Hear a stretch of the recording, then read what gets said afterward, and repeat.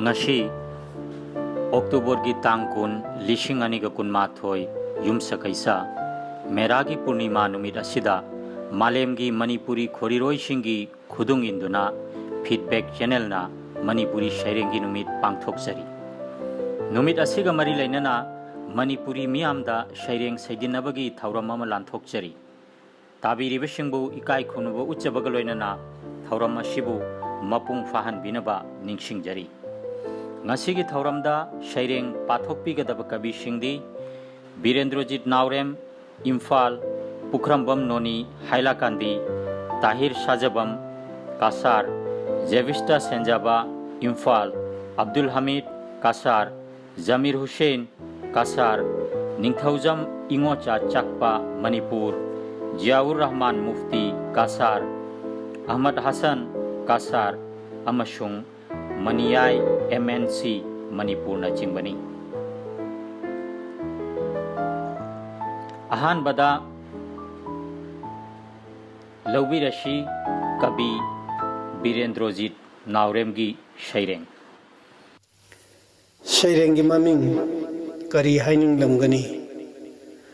Kuti kayana sebang amakaktada ining beishin bagum maning tam na thangkiba khong shingi khongul shingni lengoi thakta tariba Kuti kayana sebang amakaktada ining beishin bagum maning tam na thangkiba khong shingi khongul shingni lengoi thakta tariba Leptana thangliba khong shingna khongul kayabu tahan khraba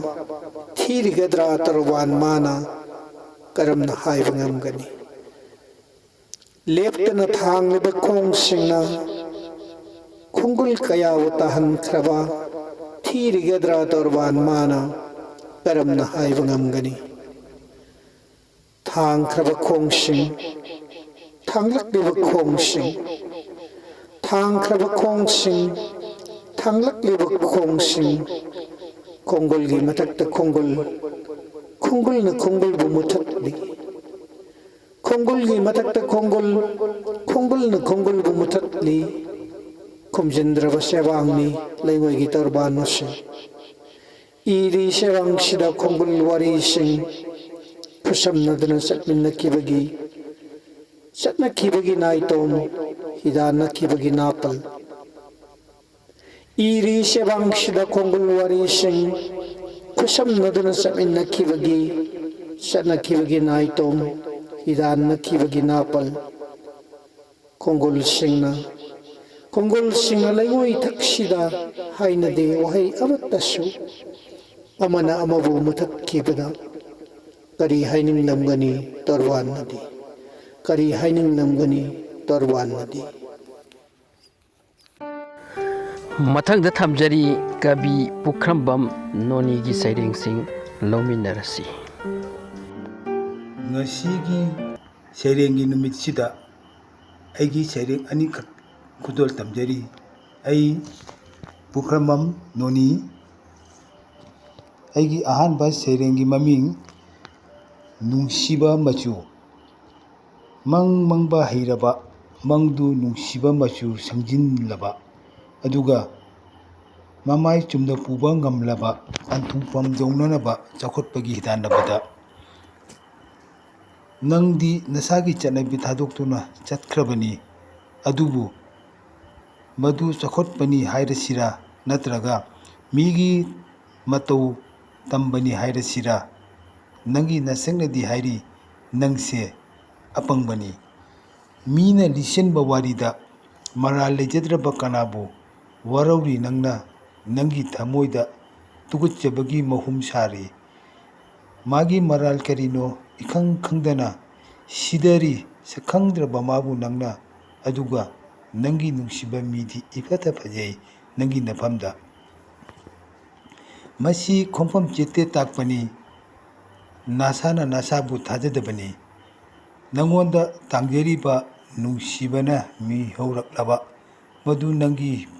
fijolda yeknabagi ahanba khongpamni namthak heiba nungsibana tangjaraga minamba wangangli maduna मदुदा थाजनरी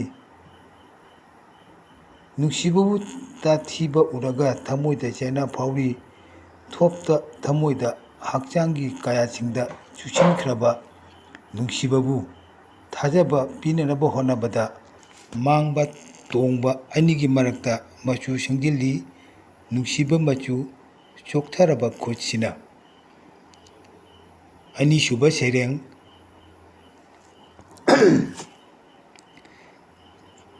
नंगी मेंगलबा मंगाल येंगुने थाजा कैथेल सिदा Chirol हैबा नुसिबा मचक मयामना कक्रक इनरिबसे ममल तिकनरिबसे लैबा जोनबा अनिमक सेंदों खजिक फंगननबा अदुबुने थाजा अइना पामजबदी सुनतगी नंगी मेंगलबा मंगाल दुतनी लैबा लाकपा मीना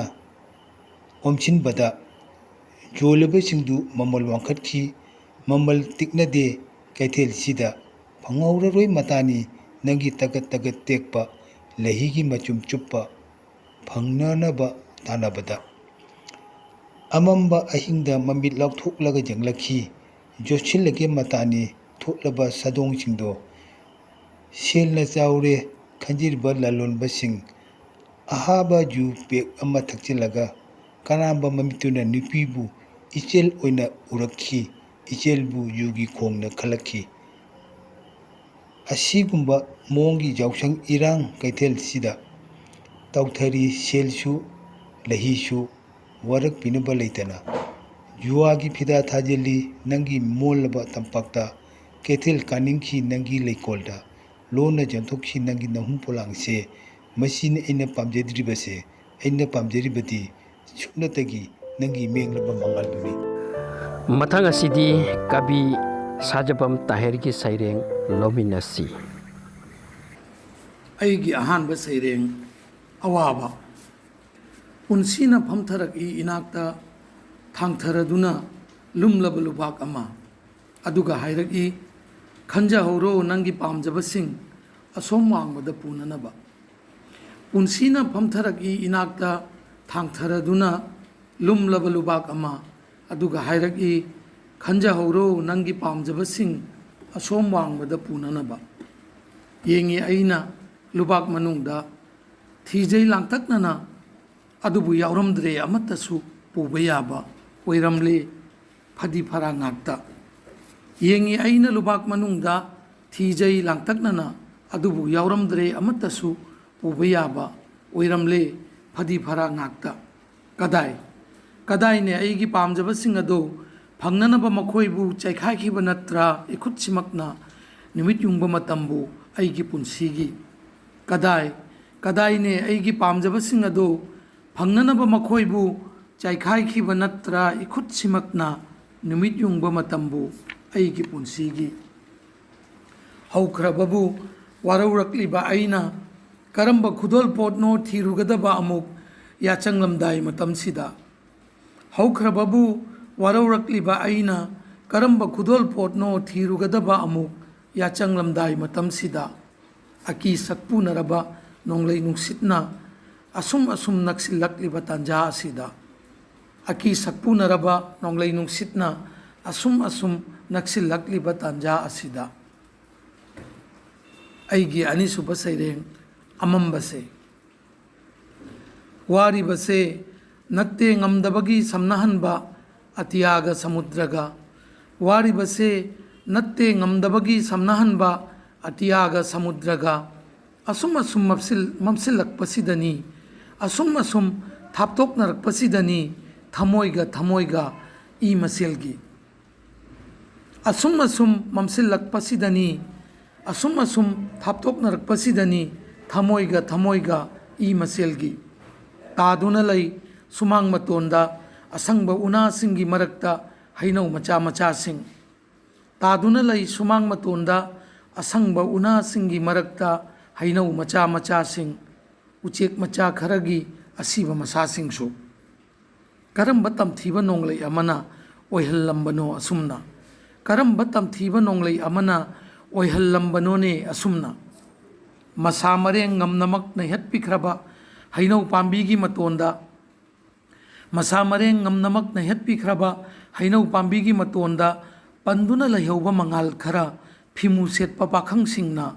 ꯍꯣꯠꯅꯔꯤ ꯂꯧꯊꯅꯕ ꯆꯩꯁꯥꯡꯅ ꯊꯤꯟꯗꯨꯅ ꯌꯥꯆꯪꯂꯝꯗꯥꯏ ꯃꯇꯝꯁꯤꯗ ꯃꯁꯥ ꯃꯔꯦꯡ ꯉꯝꯅꯃꯛ ꯅꯩꯍꯠꯄꯤꯈ꯭ꯔꯕ ꯍꯩꯅꯧ ꯄꯥꯝꯕꯤꯒꯤ ꯃꯇꯣꯟꯗ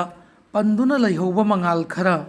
ꯐꯤꯃꯨ ꯁꯦꯠꯄ ꯄꯥꯈꯪꯁꯤꯡꯅ ꯍꯣꯠꯅꯔꯤ ꯂꯧꯊꯅꯕ ꯆꯩꯁꯥꯡꯅ ꯊꯤꯟꯗꯨ나 ꯌꯥꯆꯪꯂꯝꯗꯥꯏ ꯃꯇꯝꯁꯤꯃꯛꯇꯗ ꯑꯃꯝꯕꯒꯤ ꯑꯃꯝꯕ ꯉꯥꯛꯇ ꯄꯥꯝꯈ꯭ꯔꯕꯔ ꯃꯈꯣꯏꯅ ꯂꯝꯍꯨꯏꯒꯤ ꯈꯣꯟꯖꯦꯜ ꯇꯥꯈꯤꯗꯕ ꯀꯨꯏꯔꯦ ꯎꯈꯤꯗꯔꯦ ꯇꯟꯗꯜ ꯄꯥꯏꯕꯁꯨ ꯑꯊꯦꯡꯕ ꯑꯍꯤꯡꯗ ꯅꯣꯡ ꯉꯥꯜꯂꯝꯗꯥꯏꯗ ꯂꯝꯍꯨꯏꯒꯤ ꯈꯣꯟꯖꯦꯜ ꯇꯥꯈꯤꯗꯕ ꯀꯨꯏꯔꯦ ꯎꯈꯤꯗꯔꯦ ꯇꯟꯗꯜ ꯄꯥꯏꯕꯁꯨ ꯑꯊꯦꯡꯕ ꯑꯍꯤꯡꯗ ꯅꯣꯡ ꯉꯥꯜꯂꯝꯗꯥꯏꯗ ꯐꯖꯕ ꯅꯨꯡꯁꯤꯕꯒꯤ ꯋꯥꯍꯟꯊꯣꯛ ꯑꯁꯤꯕꯨ ꯌꯥꯕ ꯉꯝꯒꯅꯤ ꯀꯔꯝꯅ ꯑꯅꯧꯕ ꯃꯑꯣꯡ ꯑꯃꯗ ꯐꯖꯕ ꯅꯨꯡꯁꯤꯕꯒꯤ ꯋꯥꯍꯟꯊꯣꯛ ꯑꯁꯤꯕꯨ ꯌꯥꯕ ꯉꯝꯒꯅꯤ ꯀꯔꯝꯅ ꯑꯅꯧꯕ ꯃꯑꯣꯡ ꯑꯃꯗ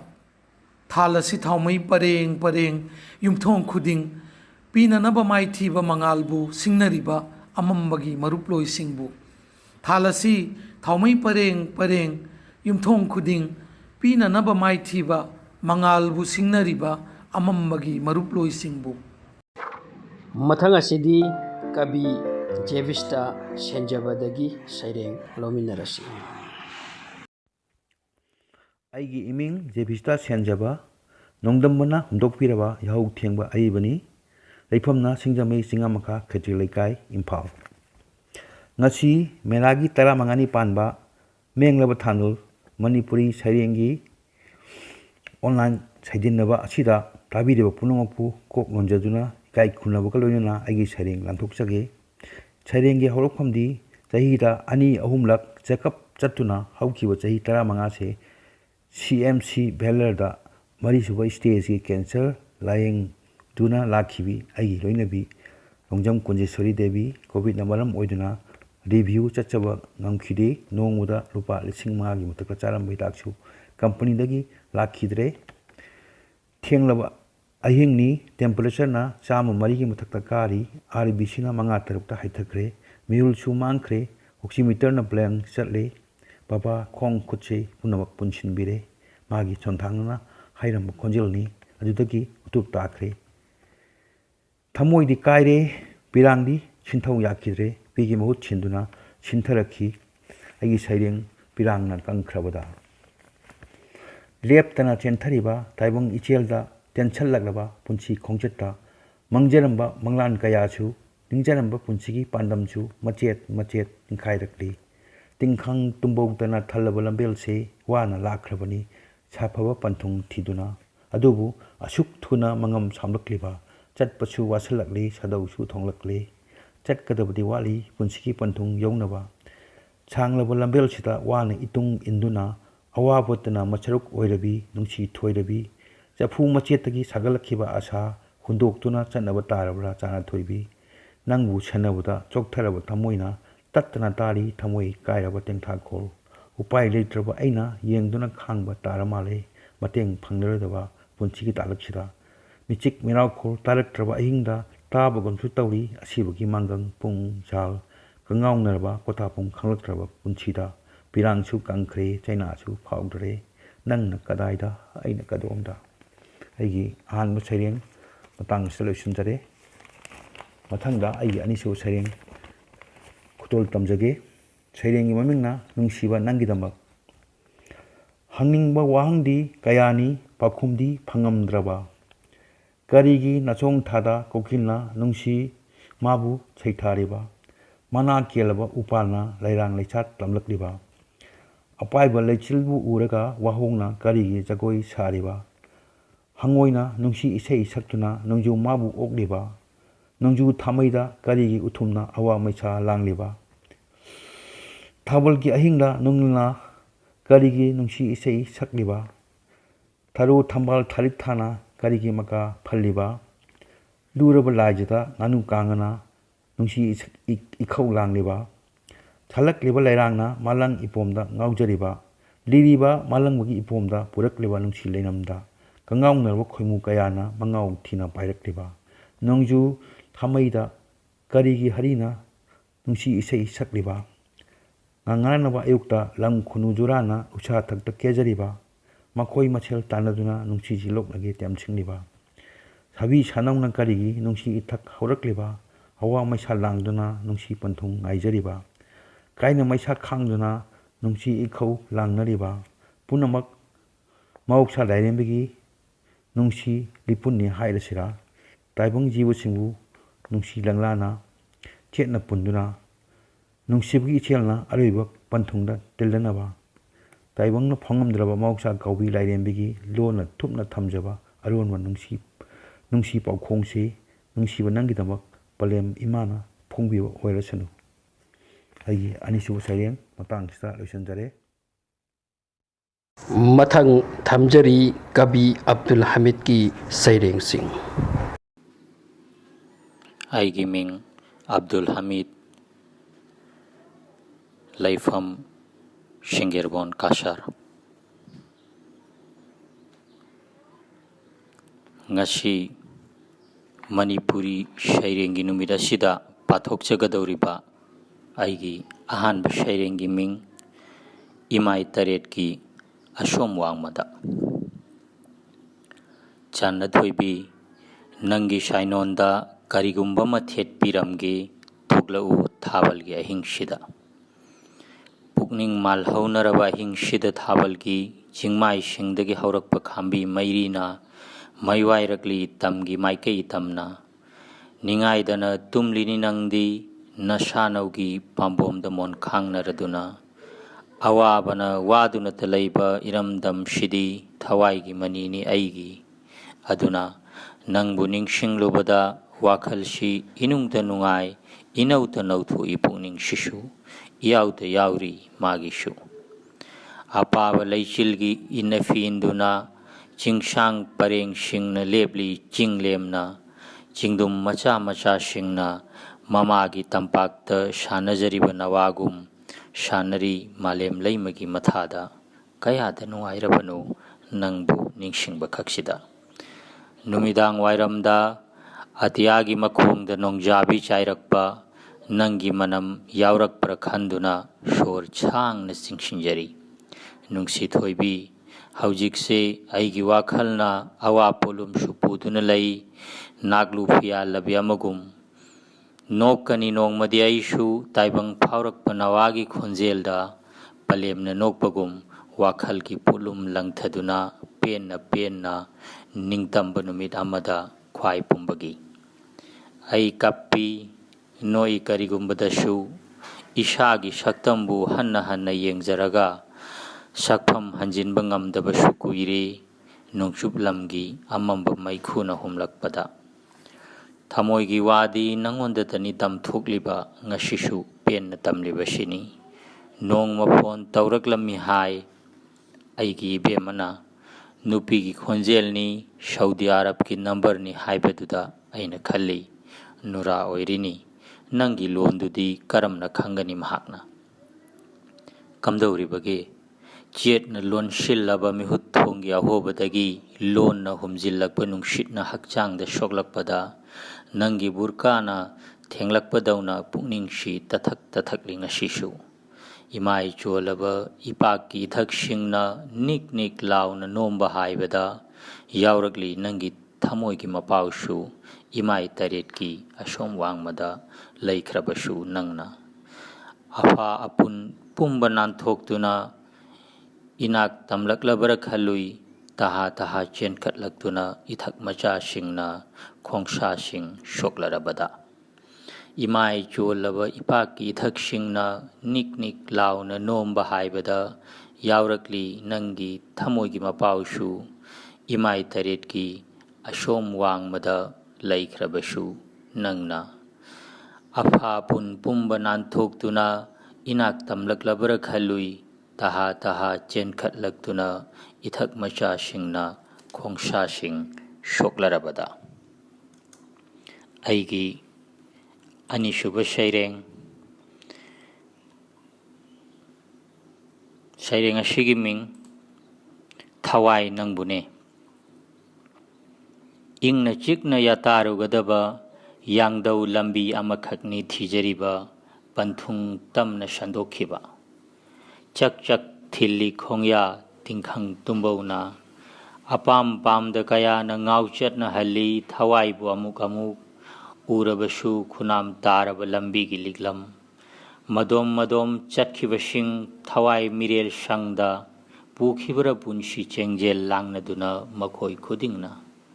wahangna sum wahang oihoba paukhum thibada punshi toloiba lamuk nakhibasing na kana kana kana gi dhamak kana hingkhi kana na kari kathoklami हिंबदा शिंगनब चंब्रा हाइबियु नुंगसिरब थवाई आइगी उयेन सौबुगुम सौदुन लई वाहंग हिंबगा मुक्न मुक्नना पोथा संग तमन चलिब खोंगचतसिदा अदुबु थवाईदि थवाईनी खेनरिबदी हुल्लिब चिंजाक्तुनी माई पाख्रबसिंग कदोमद चतखि मखोई कदाइद थमलम्मी खोंगफमसिंग माई पाख्रबसिंग कदोमद चतखि मखोई कदाइद थमलम्मी खोंगफमसिंग ताबिरिब पुनुमकपु इकाई खुनुब उच्चबग लोइनना अइगी सैरेंग लोइसिंजरी लौमिन नसी अमोक कवि जमीर हुसैन दगी सैरेंग खरा ngasi Seireng numit asida Seireng anitang hantuksage aigi ming Zamir Hussein aigi ahanba Seireng punsi amasung Kongol aina ui turil iyaida wakaihi ama madom tau thai ichel ge iroina duna hinau sabasu yaude himai chumbasu ude tau thabasu lepte Kongol singa thengnai irei khudingda Kongol sing asum mangki iyaida himaina thenglu bada wakat khiba leite Kongol sing kanada su karigi wakat luni Kongol di mikup amani ohobakhak aduni magi punsi yengba heiba amasung yeksinura thamauba singna Kongol gi wari sing changdamnai mioi punsiga kaya da laina changdamnariba punsi amasung Kongol yaukhide nongmatasu Kongol di paklaba samatruda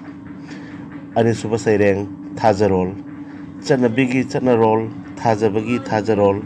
punsilli miyoibagi khongsingbu yolhing thangbagumna nanthokpa ngamde thawai sing chanabigi liklamdagi thajarol na matu polaki heising laba laiwagi kuyomna apauba mityengna khopna uraktre taibangi thajarolbu sapkhairak ilasingum kaptrengda hanna mafol thoklabadasu matamgi honglakliba ithak irangda hamchatnaraba thawai singna loijare thagashari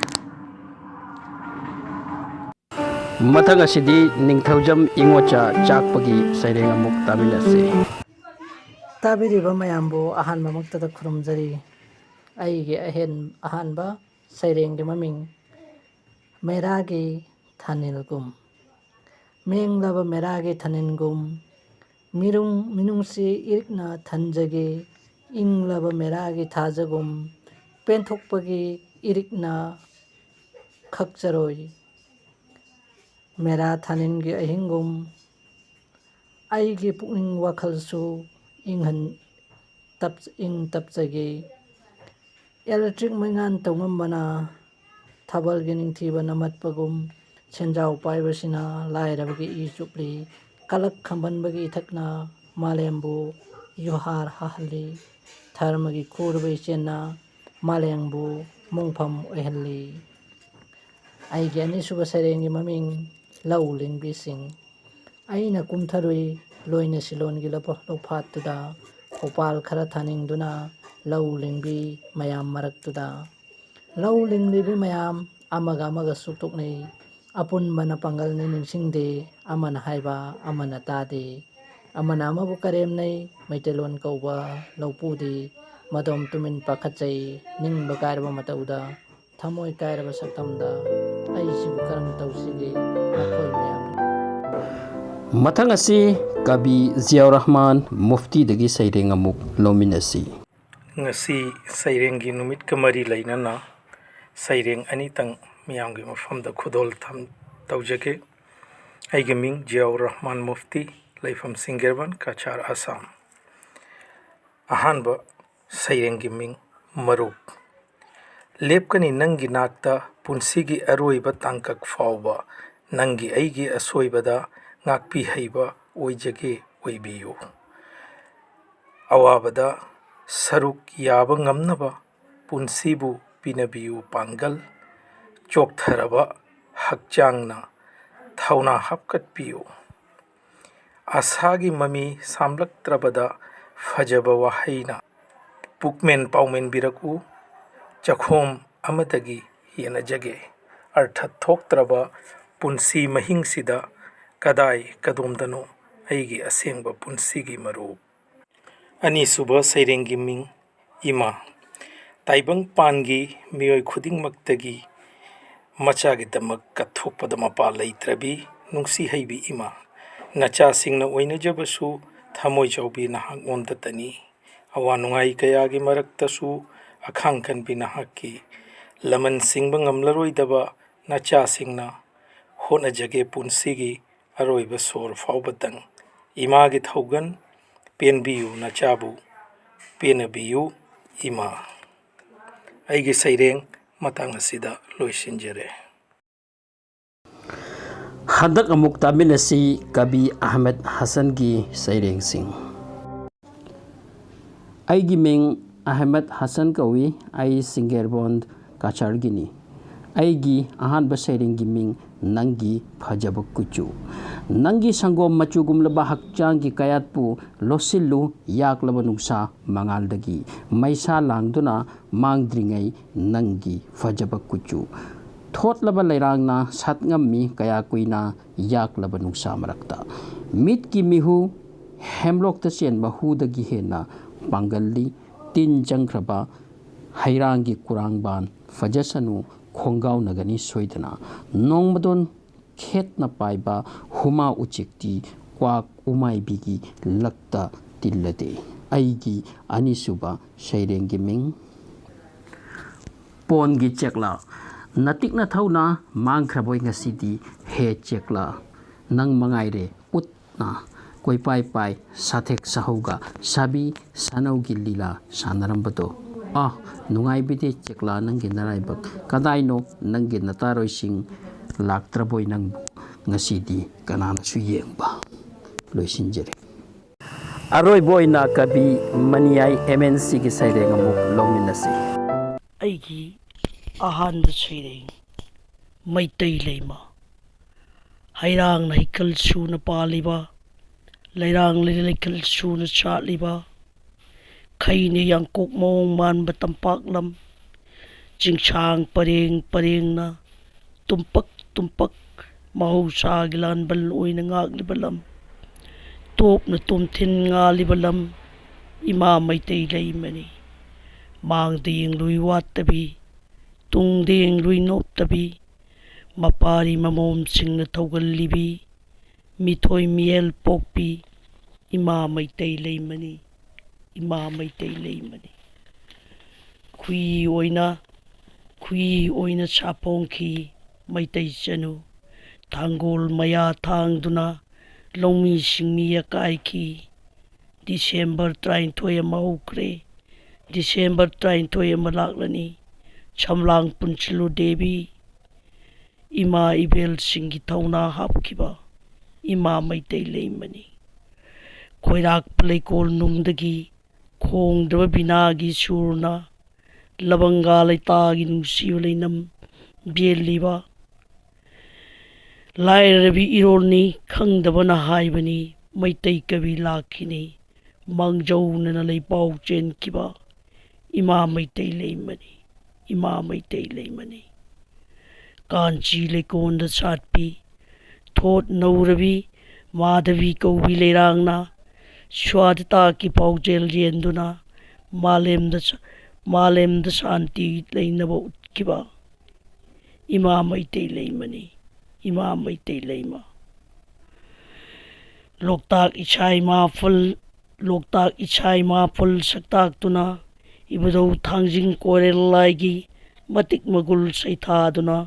ꯈꯝꯕ ꯊꯣꯏꯕꯤ ꯀꯩꯕꯤꯌꯥꯅ ꯃꯥꯂꯦꯝꯒꯤ ꯐꯝꯄꯥꯛꯊꯛꯇ ꯃꯍꯥꯀꯩꯕꯤꯌꯥ ꯐꯤꯗꯥ ꯀꯟꯈꯤꯕ ꯏꯃꯥ Meitei ꯂꯩꯃꯅꯤ Jairagi nungsi warina dharma jat bijat ki sambal namkhai kiba ima maitei leimani ima maitei leima leima konda pombi ningthau konda satpi bor sahib ongbi sana tumbi gi mapau tamkiba Rabindranath Sahitya gi nungsiba leinam yenkiba nungai lakta chandramukhi satkiba ima maitei leimani ima maitei leimani nokna wakal khalanba baraki ngabong khawge akiba konkiba mani mamauna maitei gi yumbalon takiba ima maitei leimani ima maitei leima chingdamangda chattuna mamang lekai thambal satkiba ima maitei leimani ima maitei leima Ratha Jatra Nimitta Kangsi Mangal Pung Makhol Galoinana Joy Jagannath Khonjelda Rasyada Jal Ning Thogi Ot Panaiba Paudum Kiba Ima Maitei Leimani Ima Maitei Leima Seireng Cherol Hanjaba Mapari Seireng Langbasa Mamom Seireng Langbisa Leirang lekong somna thamoi paring chana Seireng cherol hallasi ima maitei leimagi thogal taurasi aikhoi amattani ulasi imagi thona ulasi aigi anba Seireng matang asida loijari aigi anisuba Seireng piro ima yatang yumdang bana kainare saijinda kwak makol sare kang chakchaya khultare mong mayubjang yumangle piba anam asure panthogi yumpham kallage palemgi pirang teithoklage piro imaya tang sana kaithel karuba ingak paidun ilakpa loibi chingjau karuba langmai thadun talakpa Miyal mapal sare mitop maratare namom chingkon chilo pijida I namung toksil tingnaba piro imaya tang loktak laijana kangdringai chingjum ichel lep dringai kanglani ichau thok dringai kobru laifram le leiringai thangjing chingjau lup dringai marjing sadong lingai Khan chawbuang vren ngak lingai piro imaya thang khamnung ki koi lalon bina palem sana moi thembi khangu thakki lei sem tu sembi khaidok khaijil heibi sana pangkhong koiribi khaidok khaijing amang atong olibi mingau thagau hongkrni piro imaya thang Changjarak padaminung si taujal utpirano Mahu puba tang jalil masak takpiyo Imagi pambal ngak chawangamba pinabiyo Thak kilichat takpiyo Khagil lamkang biyo Igi iram kaibiyo Palem natan palem sabi sak takpiyo Imagi minglen solan biyo Piro imayatang Tilapati, Kolapati, Mahabali, Dharmasalani, Taipat, Vishempur, Pamvachalaga, Hippachan Kidore, Lanjon Bigilam Yaida, Manu Naware Potapam, Tinsheng Lashi, Lai Sheng Lashi, Tinkok Lashi, Lai Kok Lashi, Ikaw Lashi, Minghong Lashi, Ingak Lashi, Napari Namom Sarip Kangdong Pare. Ipa ipu gi puram talage ipa ipu sholage piro imaya thang matang asida Manipuri Seireng numit kumari leinana ayak na pathok seba Seireng matang asida Thauram asida saruk yabikiba ayiba singbu feedback channel gi maikai amuk hanna thagat sabaga loinana channel asibu support tawbiboina subscribe tawsinbiu aduga mathangi video phangnabagi damak bell icon dasu namsinbiu amuk hanna thagat sari